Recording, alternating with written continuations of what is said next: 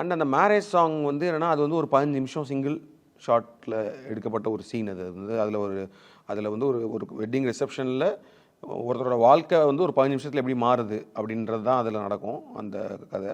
So அந்த 15 நிமிஷத்தை 15 நிமிஷமாகவே காட்டுவோன்ற மாதிரி ஒரு பிளான் பண்ணி பண்ணோம். அதில் வந்து நம்ம கட்லாம் பண்ண வேணாம், அதை வந்து ஒரு ரியல் டைமில் காட்டலாம். பயங்கரமான லெபோரியஸ் எஃபர்ட்டில் எக்கச்சக்கமான ஆட்கள் ஒரே நேரத்தில் சிங்க் ஆகி ஒர்க் பண்ணணும். ஆமாம், அது ஏன்னா அது பயங்கரமான ஒரு லேர்னிங் இருந்துச்சு. ஒரு ஒரு சேலஞ்சஸ் எல்லா டிபார்ட்மெண்ட்டுக்குமே அது சேலஞ்ச் தான்.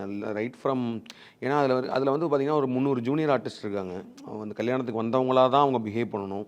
ஏன்னா அது சிங்கிள் டேக்குன்றப்போ 15 நிமிஷம் போகும்போது 12வது நிமிஷத்தில் ஏதாவது ஒரு ஜூனியர் ஆர்டிஸ்ட் டக்குன்னு கேமரா பார்த்துட்டாங்க இல்லை ஏதோ ஒன்று பண்ணிட்டாங்கன்னா திரும்ப நம்ம எல்லாத்தையும் மொத்தமாக எடுக்கணுன்றதுனால அதுக்கு என்னென்னா நிறையா ரிஹர்சல் பண்ணோம். அதுக்கு வந்து ஒரு ஒரு 2 ஹோல் டேஸ் வந்து ஒன்லி ஃபார் ரிஹர்சல் வச்சுருந்தோம். அதாவது வந்து ஒரு நாள் வந்து வெறும் டெக் ரிஹர்சல் மாதிரி பண்ணோம். அப்போ ஆர்டிஸ்ட்லாம் இல்லை, ஒன்லி நான், DOP, Sherif master and Kecha master, stunt master and dance choreographer Santhosh Narayanan, இவங்கெல்லாம் வந்து இந்த கேமரா எப்படி மூவ் ஆக போகுது, இங்கே எப்படி இது நடக்க போகுது, எப்படி டெக்னிக்கலாக ஒன் டே ரிஹர்சல் பண்ணோம்.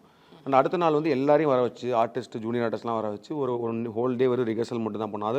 அதிலே நிறைய பிரச்சனைகள்லாம் தெரிஞ்சிச்சு. இப்போ ஒரு செக்மெண்ட் ஆஃப் பீப்புள் வந்து கரெக்டாக அவங்களுக்கு புரியலன்னா அவங்கள தூக்கி வேறு இடத்துல வச்சுட்டு பெர்ஃபார்ம் பண்ணுற மாதிரி ஆட்கள் இங்கே வைக்கிறது அந்த மாதிரி. ப்ளஸ் ஆர்டிஸ்ட்டுக்குமே வந்து மூமெண்ட் எங்கே எப்போ எக்ஸிட் ஆகணும், எப்போ வந்து ஏன்னா அவங்க எக்ஸிட் ஆகணும்னு நினச்சிட்டு அவங்க நார்மலாக ஆகிடக்கூடாது. இப்போ சந்தோஷே பார்த்தீங்கன்னா அவர் ஃபஸ்ட் டைமாக நடிக்கிறார், இந்த மாதிரி ஒரு ஃபுல் செக்மெண்ட்டில் நடிக்கிறாரு. அனுபவத்தை வந்து சொன்னதே வித்தியாசமாக இருந்தது. ஆமாம், அவர் டான்ஸ் ஆடுறாரு, இதெல்லாம் பண்ணணும்.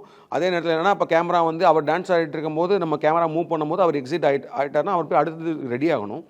ஸோ அதெல்லாம் வந்து அவங்களுக்கு சொல்லி அவங்க எல்லாருமே ரெடி ஆகிறது. அப்புறம் இதில் மெயின் சேலஞ்ச் வந்து சூர்யா சாருக்கு தான். ஏன்னா அவர் தான் எல்லாமே பண்ணுறாரு, டான்ஸ் ஆடுறாரு, போயிட்டு சீனில் எமோஷனலாக ஒரு டயலாக் சீன் வருது, அப்புறம் கீழே போய் ஒரு ஸ்டண்ட் இருக்குது, எல்லாமே இருக்குது. இப்போ ஜோஜுக்குமே அதே ஒரு சேலஞ்சு தான்.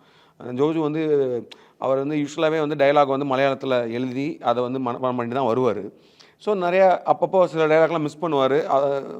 அவர் தான் ரொம்ப பதட்டமானார். ஏன்னா அவர் என்ன சொன்னார்னா, சிங்கிள் டேக்குன்றப்போ வந்து நான் டயலாக் எங்கேயுமே மிஸ் பண்ணிட முடியாது. ப்ளஸ் அவரோட அந்த டயலாக் போர்ஷன் பார்த்தீங்கன்னா ஒரு 6வது நிமிஷம் தான் ஸ்டார்ட் ஆகுது அது. ஸோ அவர் என்ன சொன்னார்னா, அதுக்கு முன்னாடி நான் ஒரு டைலாக் ஒன்று மிஸ் பண்ணிட்டேன்னா அப்புறம் சூர்யா சார் திரும்ப போய் ஃபஸ்ட்லேருந்து ஆடணும் எல்லாம் பண்ணணும்ல. அதனால் ரொம்ப எல்லாருமே எஃபர்ட் போட்டு ஒன்று பண்ண ஒரு விஷயம். அது ரொம்ப ஒரு என்ன சொல்கிறது, அந்த லேர்னிங் வந்து பெருசாக இருந்துச்சு.